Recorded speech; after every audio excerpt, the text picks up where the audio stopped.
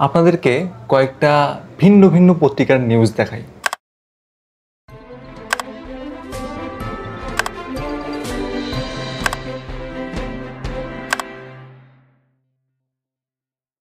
দেখেন, একই ব্যক্তির লেখা একই কলাম একাধিক পত্রিকায় ছাপানো হচ্ছে।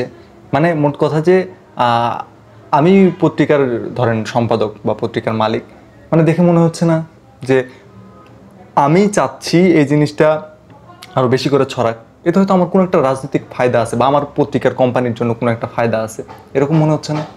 আসলে বিষয়টা এরকমই। এই সবগুলো যে পত্রিকাগুলো দেখাইলাম সবগুলোর মালিক একটা কোম্পানি। গেস করেন তো কোন কোম্পানি? বসুন্ধরা লিমিটেড। এখন বলতে পারেন যে আইনি পারপাসে আমার ভিডিওর পলিটিক্যাল কারেক্টনেস ধরতে পারেন যে বসুন্ধরা এটা তো রিয়েল এস্টেট কোম্পানি, এরা আবার পত্রিকা ওন করে নাকি? না, এই বসুন্ধরা যে কোম্পানির আন্ডারে, মানে যে মালিকের আন্ডারে এই পত্রিকাগুলো, সেই কোম্পানিরই। এর সম্ভবত ইস্ট ওয়েস্ট মিডিয়া বা এরকম কোনো একটা নাম আছে, সেই কোম্পানির আন্ডারে। মানে মোট কথা মালিকানা সেম। তো আচ্ছা, তার ইচ্ছা হয়েছে তাই করছে, তো সমস্যা কি? এটা কিন্তু শুধু মানে এটা বিশাল একটা সমস্যা। কীরকম সমস্যা একটু এক্সপ্লেন করে বুঝাই। এই যে আমি আপনি যত ডিসিশন নেই যে অমুক ভালো, অমুক দল ভালো, অমুক দল খারাপ, অমুক এমপি ভালো, অমুক এমপি খারাপ, বা এই টাইপের যতগুলো ডিসিশন আছে, পলিটিক্যালি বলেন বা পলিটিক্যাল বলেন, মানে আমাদের যাবতীয় ডিসিশন কিসের উপর আমরা নেই বা একটা সিদ্ধান্ত নেই কিসের বেসিসে? ইনফরমেশনের বেসিসে। যে হ্যাঁ, অমুক এমপি তো এই কাজ করছে, এটা ইনফরমেশন। এই ভালো কাজ করছে, সে ভালো। আচ্ছা, অমুক এমপি তো এই খারাপ কাজ করছে, সে খারাপ। ইনফরমেশনগুলো আমরা পাই কই থেকে? পত্রিকা থেকে পাই। এখন ভাবেন, একটা জিনিস যদি একটা পত্রিকা যদি মিসলিডিংভাবে উপস্থাপন করে, ডিসইনফরমেশন দিয়ে উপস্থাপন করে, যে একটা এমপি যে কাজটা করে নাই সেইটা তারা নিউজ করলো, বা ভিন্নভাবে ইচ্ছা করে শব্দ বিকৃত করে সেই ব্যাপারগুলো ইউজ করলো, তাহলে আমি জনগণ হিসেবে ভাববো যে আচ্ছা, ওই এমপি তো তাহলে খারাপ। আমি তো প্রত্যেকটা রাজনৈতিক দলের রাজনৈতিক কর্মীর রাজনৈতিক এমপি তো আমি তো আর ধরে ধরে দেখতে জানি কি কী করতেছে। আমি তো এইসব ইনফরমেশন পাচ্ছি পত্রিকার মাধ্যমে।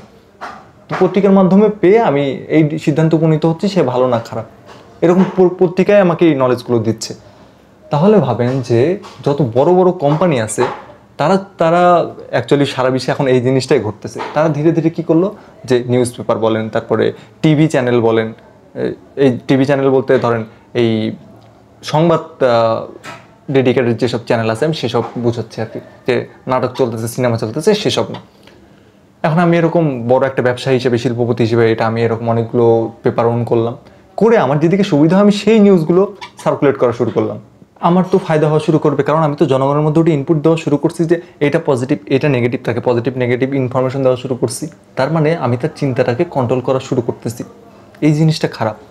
দেখবেন যে এটা আরও একটা উদাহরণ দিয়ে আমি এই সংবাদপত্র জগৎ, তারা যে আমাদের রাজনীতি, আমাদের দেশের ভবিষ্যৎ বহুত কিছু বহুতভাবে এটার উপর ডিপেন্ড করে।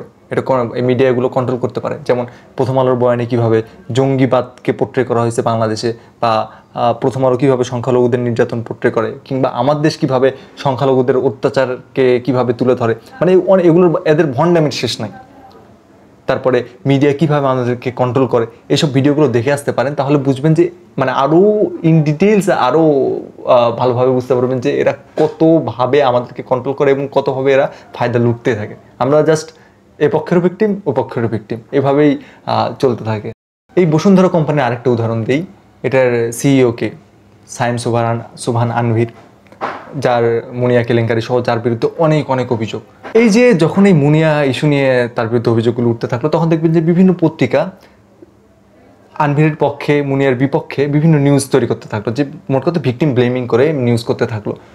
এই নিউজে কি মুনিয়ার বোন টাকা খেয়ে এটা করতেছে, টাকা দাবি করছে, এরকম দেখবেন যে বিভিন্ন নিউজ হচ্ছে। তখন এমনিতে তো বাংলাদেশের নারী বিদ্বেষ অনেক প্রকট, যে কিছু হলেই ভিকটিম ব্লেমিং, যদি নারী রিলেটেড কিছু হয়, কোনো কথা ছাড়া দোষ মেয়েরই ছিল, মেয়েটা করছে কেন। ইভেন রেপের মতো ঘটনা ঘটলেও ভিকটিম ব্লেমিং করা হয়, যে হ্যাঁ, মেয়ের কাপড় ঠিক ছিল না, সে পর্দা করে নাই, বা এরকম এত জঘন্য জঘন্যভাবে ভিকটিম ব্লেমিং করা হয়। তো সেই ভিকটিম ব্লেমিং তারা কীভাবে করতেছিল, নিউজ পেপারের মাধ্যমে করা হচ্ছিল। আর নারী বিদ্বেষ যেহেতু বাংলাদেশে বেশি, সেটা খুব দ্রুত ছড়াচ্ছিল। দেখো মুনিয়ার বোন কী করতেছে, তারা টাকা খাওয়ার জন্য এসব করতেছে। নিউজ কে করতেছে? আনভিরের নিজস্ব পত্রিকায় নিউজ করতেছে। তারা দেখেন, এটা তো তার ব্যক্তি স্বার্থ উদ্ধারের জন্য একটা ছোট ঘটনা, তার কোম্পানি স্বার্থ উদ্ধারের জন্য এরকম তারা বিশাল বিশাল কাজ করে।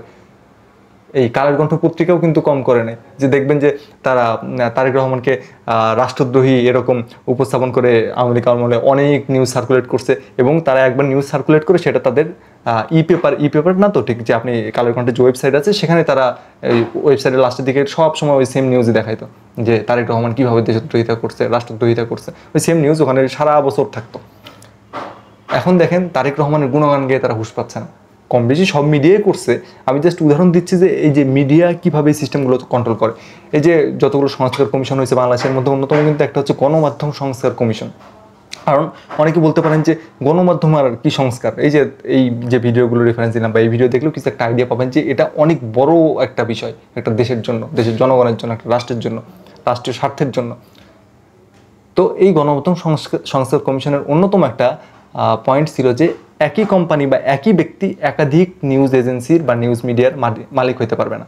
যে আপনি প্রথম আলোরও মালিক, আপনি ডেইলি স্টারেরও মালিক, আপনি দুটো একসাথে হইতে পারবেন না।